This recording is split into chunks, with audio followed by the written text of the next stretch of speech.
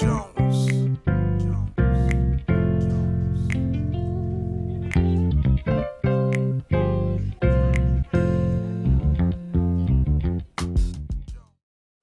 Bonjour les amis, c'est une joie pour moi de vous retrouver aujourd'hui dans un nouvel épisode de Sa parole et moi.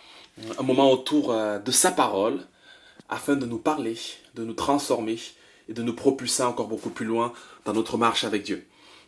Depuis quelque temps, j'ai démarré avec vous une série sur à l'écoute de Dieu, ou bien plutôt écouter Dieu, toute une école. Il y a cela deux semaines, je voyais avec vous les éléments fondamentaux ou bien les éléments de base pour démarrer cette école-là. Parce qu'il faut bien la démarrer un jour. Et je crois qu'on est tous appelés à faire des progrès à l'école de l'écoute de Dieu. Parce que chaque fois qu'on l'écoute, notre vie est transformée. Une seule parole de Jésus peut bouleverser toute notre vie entière. Il vaut mieux entendre sa parole une fois que les paroles de plusieurs autres personnes tellement de fois. Et lorsqu'on étudie la parole de Dieu, lorsqu'on regarde un peu notre expérience chrétienne, on réalise qu'on entend beaucoup de paroles. On entend notre voix à nous, la voix de nos parents, la voix de la société, la voix de la chair. La Bible nous parle aussi que la chair a des désirs, il a des plaisirs et une voix en particulier. On entend aussi la voix de nos parents, spirituels ou naturels. On entend aussi la voix des démons, la voix des mauvais esprits, ou Satan qui peut venir parler comme il est venu parler à Jésus à la fin de ces 40 jours de jeûne et prière. Et au travers de toute cette multitude de voix, c'est capital et critique de discerner la voix de Dieu, parce que c'est cette voix-là qui nous propulse et nous conduit vers le chemin de notre destinée. Et la semaine dernière, j'abordais avec vous cet élément fondamental, capital et critique de la parole de Dieu, de la Bible. Le fait de laisser cette voix résonner de manière profonde dans notre vie, tous les jours, au travers de la méditation, au travers de la lecture, au travers de l'étude, au travers même parfois de la mémorisation, de faire en sorte que cette voix, celle de la Bible, celle de la parole de Dieu, soit celle qui retentit le plus dans notre vie et dans notre cœur. Parce que même s'il y a plusieurs autres voies, c'est celle-là qui est la plus sécurisante. Même s'il y a plusieurs autres moyens au travers duquel Dieu nous parle, tous les autres moyens sont soumis à celle de la parole de Dieu. Et certainement, c'est celle-là dont on a besoin de passer du temps de manière extraordinaire, mais surtout tous les jours de notre vie. Aujourd'hui, je démarre avec vous et durant les prochains épisodes, plusieurs autres moyens au travers duquel Dieu nous parle. Des moyens certainement que vous connaissez, mais aussi qui peuvent venir de Dieu ou de nous ou des mauvais esprits. Et c'est important de savoir discerner cela. Et aujourd'hui, j'aborde avec vous comment est-ce que Dieu peut nous parler au travers des rêves, la voix des rêves dans notre vie au quotidien. Lisez avec moi dans Job, au chapitre 33, du verset 14 au verset 16. Il est écrit, « Dieu parle cependant, tantôt d'une manière, tantôt d'une autre, et on ne le remarque pas. Il parle par des rêves, par des visions nocturnes, quand un sommeil profond tombe sur les hommes, quand ils sont endormis sur leur lit, il leur communique alors son message et confirme les avertissements qu'il leur donne. Amen. » Dans ce texte assez particulier du livre de Job, il nous est dit de manière très claire que Dieu parle tantôt d'une manière, tantôt d'une autre. Mais seulement on ne le remarque pas. Il nous parle par des rêves et ce compagnon de Job va mettre un accent en particulier sur les rêves. Et lorsqu'on étudie la Bible, on voit à un moment donné que Dieu disait aussi au peuple d'Israël que déjà qu'il parlerait au travers des rêves et au travers des visions à certaines personnes, avec parfois des énigmes à d'autres. Et parfois on ne prend pas garde. Et je voudrais démarrer cette méditation ou bien aborder cet aspect fondamental qui est de réaliser que Dieu nous parle au travers de nos rêves. Mes amis, lorsqu'on regarde la Bible, on réalise que Jacob a reçu des paroles précises pour sa vie au travers des rêves qu'il a fait. Daniel, que plusieurs connaissent, a reçu des paroles impressionnantes au travers des rêves. Joseph, qui a reçu des rêves aussi bien qu'il est encore chez ses parents, ou plus tard, lorsqu'il sera en Égypte, aussi en interprétant les rêves, va recevoir des paroles de Dieu au travers des rêves. Et dans l'Ancien Testament, il y en a plusieurs. Dans le Nouveau Testament aussi, on voit que Joseph, le fiancé, ou plus tard l'époux de Marie, va recevoir une parole par des rêves. Marie va recevoir une visitation Angélique, peut-être au travers d'un rêve. On voit que Paul aussi va recevoir un rêve qui va donner une orientation particulière au travers de son ministère. Et donc, ne négligeons pas et ne méprisons pas les rêves que Dieu nous donne. Les rêves qu'il donne dans un sommeil, quand on est endormi, quand on n'est pas conscient, quand on est juste spectateur et on reçoit un certain nombre d'informations. Mes amis, je crois que Dieu, encore aujourd'hui, parle dans les derniers jours au travers des rêves à ses enfants et à ses fils. Aux jeunes, aux vieillards, aux femmes, aux hommes, Dieu parle au travers des rêves. Et à plusieurs reprises, j'ai expérimenté dans ma propre vie ce Dieu qui parle au travers des rêves.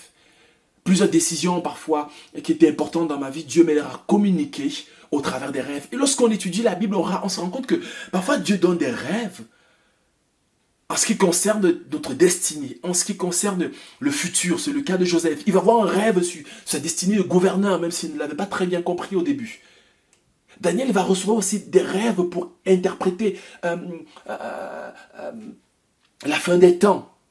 Nebuchadnezzar va recevoir des rêves. Joseph va recevoir des rêves aussi bien sûr sur le fait qu'il faut aller en Égypte et fuir le massacre qui devait avoir lieu sur les enfants. Et je veux croire que Dieu nous donne des rêves, parfois pour nous propulser dans l'avenir, pour nous amener à poser une action concrète, pour pouvoir orienter notre ministère, notre vie, notre quotidien. De la même manière aussi, il nous donne des rêves aussi face aux crises. C'est le cas de Daniel, où Nebuchadnezzar a fait un rêve, et que Dieu donne une interprétation pour comprendre les saisons, pour comprendre les circonstances qui sont en train de se passer au moment actuel. Et donc, mes amis, ne négligeons pas, lorsqu'on travaille sur une situation particulière, les rêves que Dieu nous donne. Lorsqu'on travaille sur une saison compliquée, les rêves que Dieu nous donne. Parce que Dieu veut certainement te parler au travers de tes rêves. Peut-être concernant ton futur, afin de susciter la foi en toi et une orientation par rapport à ta vie. Mais peut-être aussi face à une crise particulière, face à une situation particulière, lorsque tu as crié après lui, lorsque tu as fait appel à lui, et t'as répondu au travers d'un rêve. Ça me fait penser une fois par contre, lorsque je venais de me convertir, à un ami à nous qui avait fait un rêve.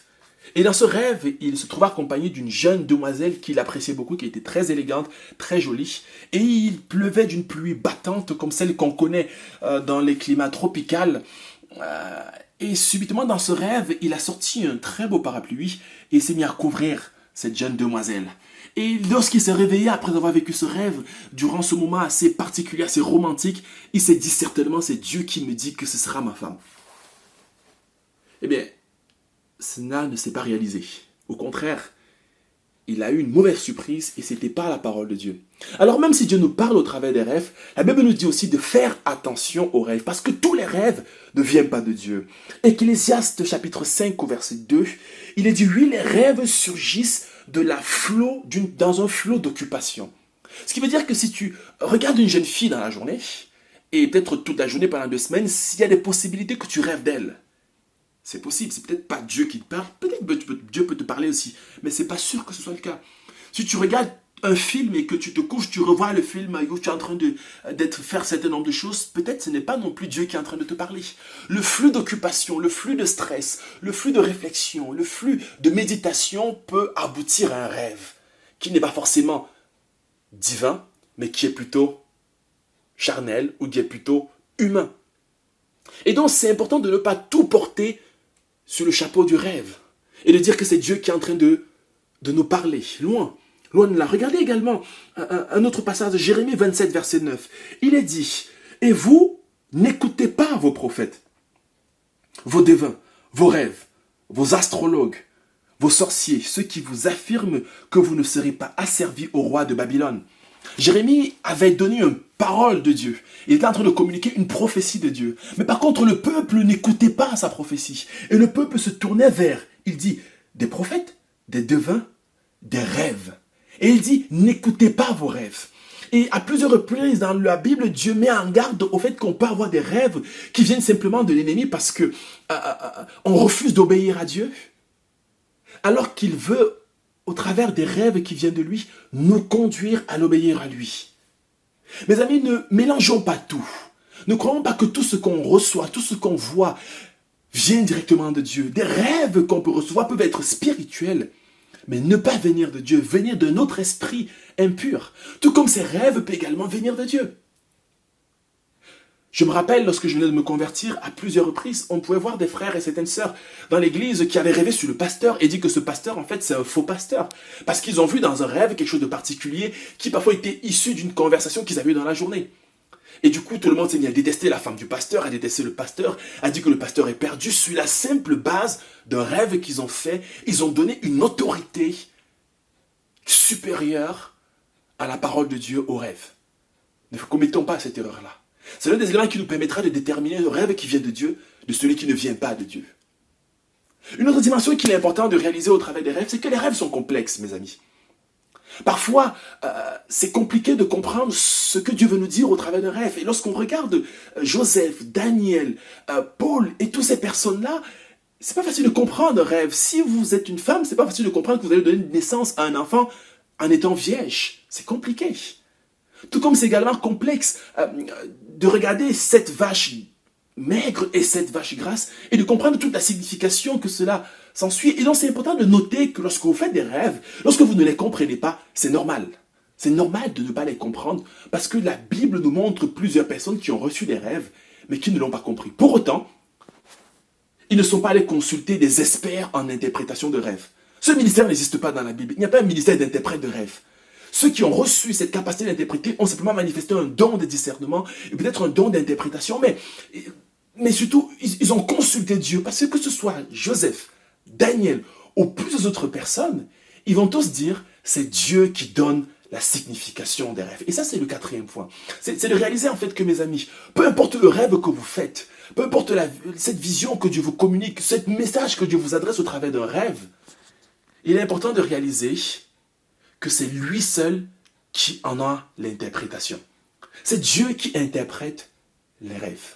Alors lorsque vous rêvez, n'allez pas chercher rapidement dans votre analyse textuelle ou métaphorique ce que Dieu est en train de vous dire au travers des rêves, mais mettez-vous devant Dieu et demandez-lui de vous parler. Consultez les personnes qui sont plus spirituelles, peut-être plus matures que vous dans la foi, peut-être ils pourront avoir un regard différent et peut-être beaucoup plus scripturaire et solide sur ce rêve-là, mais ne vous précipitez pas rapidement à donner tout au rêve, alors que peut-être ce n'est pas une parole de Dieu. La Bible nous montre que Dieu est celui qui interprète les rêves. Alors, mes amis, demandez au divin berger. Je reste convaincu que quand Dieu veut parler, il s'assure qu'on l'entende clairement, du moment où on est prêt à l'obéir. Quand Dieu veut qu'on comprenne un message, c'est sa responsabilité de faire en sorte qu'on le comprenne. Et c'est notre responsabilité à nous d'obéir et de le servir fidèlement et pleinement sans détourner ce qu'il veut nous dire. Alors, ne soyez pas en stress parce que vous avez reçu un rêve que vous ne comprenez pas. Je vous invite à le noter, parce que peut-être en le notant, vous allez le comprendre. Peut-être en le notant, vous allez revenir dessus plus tard et vous allez saisir le sens de ce rêve. Je me rappelle et je conclue avec cette petite expérience, ce petit témoignage. Il y a cela quelques années, j'ai vu un moment assez particulier dans ma vie. Je me demandais si est-ce que je devais servir Dieu ou pas. J'étais engagé dans l'église comme je l'ai toujours été. J'aimais servir le Seigneur comme je l'ai toujours fait. Mais j'arrivais à une saison où Dieu me parlait au travers de plusieurs situations. Et je me suis retrouvé dans un rêve, devant une piscine, les pieds dans l'eau. Et je trouvais cette piscine juste extraordinaire. Elle était trop belle. J'avais juste envie de passer du temps dans cette piscine-là. Mais comme je ne sais pas nager, j'étais frustré, j'étais bloqué et je n'arrivais pas à aller plus loin. Et j'avais du mal à plonger parce que j'avais peur. J'avais du mal à plonger parce que je craignais ce qui allait m'arriver après. Et quand je me suis finalement décidé à plonger, mais j'ai plongé dans cette piscine, je vous assure, c'était un moment agréable que j'ai vécu dans ma vie. C'était juste extraordinaire. Je nageais comme un poisson, j'étais épanoui, je sautais, je me faufilais dans tous les sens. J'étais juste heureux et épanoui. Et puis après, le rêve, il a cessé. Et après, je me suis levé, j'ai dit, mais Seigneur, qu'est-ce que ça veut dire? Et à l'instant où je me suis mis où j'ai cessé, où je me suis levé, où j'ai réfléchi par rapport à ça, le Saint-Esprit a mis dans mon cœur que la piscine, c'est le ministère. Il faut que tu t'engages pour me servir. Dieu m'avait déjà parlé à plusieurs reprises au travers de cela, mais ce rêve était venu encore confirmer quelque chose de particulier. Vous voyez, Dieu m'a parlé au travers d'autres personnes aussi concernant la même question. Mais il s'est assuré que je comprenne le message. Et ce rêve a eu un déclic dans ma vie, a eu des conséquences concrètes et pratiques dans ma vie et dans mon envie de servir Dieu. Alors je vous invite, mes amis, à être sensibles aux rêves. Ne méprisez pas les rêves que Dieu vous donne. Ne les confondez tous pas. Ne croyez pas que vous allez rêver tous les jours pour la même chose. Soyez sensibles à discerner ce que Dieu veut vous dire, mais surtout soyez confiants que le Dieu qui vous donne le rêve vous permettra de le comprendre. Et surtout, obéissez à ce que Dieu vous dit. Et je crois qu'en le faisant, vous ferez des progrès extraordinaires dans votre école à l'écoute de Dieu. Mes amis, que le Seigneur vous bénisse, mais surtout qu'il vous permet de grandir et de croître dans son école. Parce que dans cette école, les rêves de Dieu peuvent être aussi les paroles de Dieu. Et surtout nous conduire vers notre destinée. Soyez bénis et à très bientôt.